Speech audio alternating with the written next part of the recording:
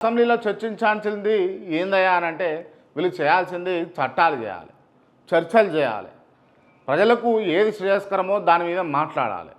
అంతేగాని వీళ్ళు ఆ చట్టసభల్లో ఉన్నటువంటి అంశాలన్నింటినీ కూడా దుర్వినియోగం చేస్తూ కాలయాపన చేస్తూ రావాల్సిన అంశాలను తెరపైకి రాకుండా చేస్తూ ఉన్నారు. బట్ ఇవాళ మాత్రం చరిత్రాత్మకంగా రాష్ట్ర ప్రభుత్వం, తెలంగాణ రాష్ట్ర ప్రభుత్వం ఒక సంచలనమైనటువంటి బిల్లును పాస్ చేయబోతూ ఉన్నది. ఎస్సీ వర్గీకరణకు సంబంధించి కావచ్చు, లేకపోతే బీసీలకు 42% రిజర్వేషన్ సంబంధించినటువంటి అంశాలను ఇట్లా మరి ఆ బిల్లును ఇవాళ ప్రవేశపెట్టబోతున్నట్టుగా మనకైతే క్లియర్గా అర్థమవుతూ ఉంది.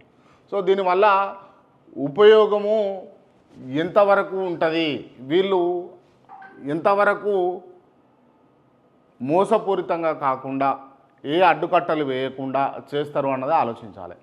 ఎందుకు ఇట్లా మోసపూరితము అడ్డుకట్టలు అని చెప్పేసి మాట్లాడుతున్నారు అని అంటే, టు బి ఫ్రాంక్ మాట్లాడుకుంటే ఎస్సీ వర్గీకరణ చరిత్రలో ఒక గొప్ప అంశం. దాన్ని రాష్ట్ర ప్రభుత్వానికే ఆ కీర్తిని మనం అప్పచెప్పాలి, పర్టికులర్గా రేవంత్ రెడ్డి గారికి. బట్ ఇక్కడ గ్రూప్ 1 గ్రూప్ 2కు సంబంధించినటువంటి ఉద్యోగాదుల్లో ఎవరు కూడా అప్లికేబుల్ కాకుండా గ్రూప్ 1 గ్రూప్ 2కు సంబంధించినటువంటి ఉద్యోగాలను వీళ్ళు రిజల్ట్ అనౌన్స్ చేశారు. దీనివల్ల అప్లై కావాల్సినటువంటి వర్గీకరణకు సంబంధించినటువంటి ఎవరైతే వర్గీకరణ జరిగితే బాగుంటుంది అని కోరుకున్నటువంటి బిడ్డలకు ఇలా నష్టం జరిగినట్టే కదా. అంటే ఏదో అందని ద్రాక్షగా అంటే ఇస్తున్నట్టే ఉంది కానీ ఇస్తలేరు, అట్లా అయిపోయింది అన్నట్టు.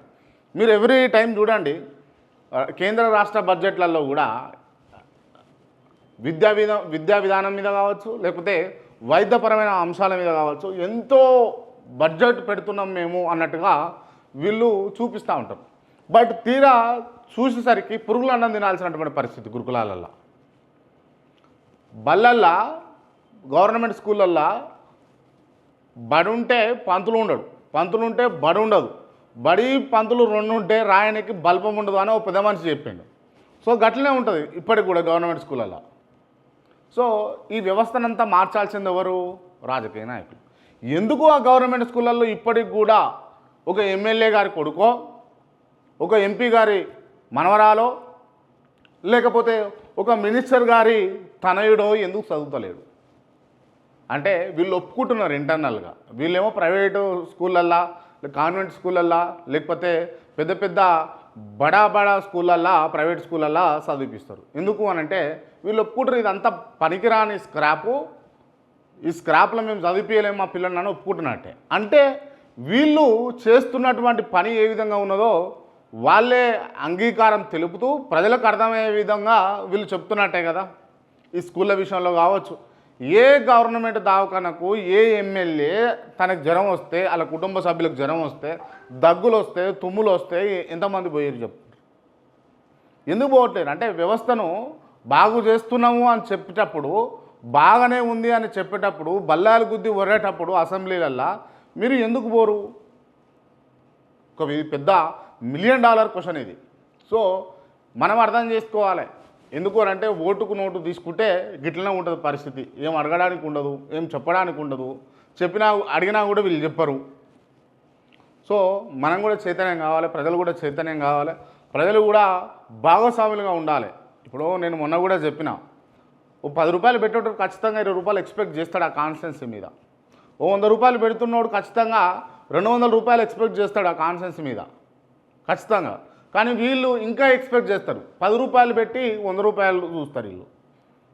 దయచేసి ఆ 10 రూపాయలే వద్దని చెప్పు రీ, ఆ 10 రూపాయలు పెట్టకరా నాయన, నువ్వేం చేస్తావో చెయ్యి, వచ్చినాక ఓటేస్తాము, గెలిచినాక నువ్వు మేమేం అడిగితే చెయ్యి అని చెప్పేసి ఒక కమిట్మెంట్ తీసుకొని ఓట్లకి వేయరు, ఓట్లకు పోరు. కానీ ఇప్పుడు 500 ఇవ్వగానే, 1000 రూపాయలు ఇవ్వగానే ఏదో ఇది మొత్తం ఇచ్చేసండి, జీవితం మొత్తం మారిపోయింది అన్నట్టుగా కొంతమంది 500కు 1000 రూపాయలకు మనం కక్కుర్తి పడుతూ ఉంటాం. సో అది చాలా తప్పు. సో దానివల్లనే ఇలా చట్టాలు కావాల్సినటువంటి చట్టసభలలో ముచ్చట్లు జరుగుతూ ఉన్నాయి, వాదనలు జరుగుతూ ఉన్నాయి, ఒకరినొకరు తిట్టుకుంటారు అంతే. అసలు రావాల్సినటువంటి ఏదైతే ఉన్నదో రాకుండా చేస్తూ ఉన్నారు.